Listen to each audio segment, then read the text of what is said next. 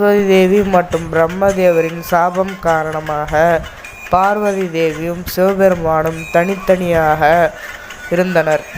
அங்கும் இங்கும் சுற்றி இறுதியில் சிவபெருமானும் அன்னை வாழும் மேல்மலையனூருக்கு வந்து சேர்ந்தார். சிவபெருமானும் அன்னையை பார்த்து பிச்சாந்தேகி என்று சொன்னார். சிவபெருமானின் இந்த நிலையை கண்ட பார்வதி மிகவும் மனம் வருந்தினார். உடனே பார்வதி தேவியும் தனது அண்ணனான விஷ்ணுவை கோவிந்தா என்று சொல்லி அழைத்தார்.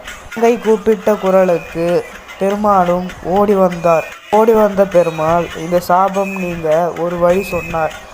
ஆலோசனைப்படி சிவபெருமானை பார்வதி தேவி மேல்மலையனூர் சுடுகாட்டில் படுக்க வைத்தார். சிவபெருமானும் அங்கிருந்த சாம்பலை தன் மேனியில் பூசிக்கொண்டு உறங்க ஆரம்பித்தார்.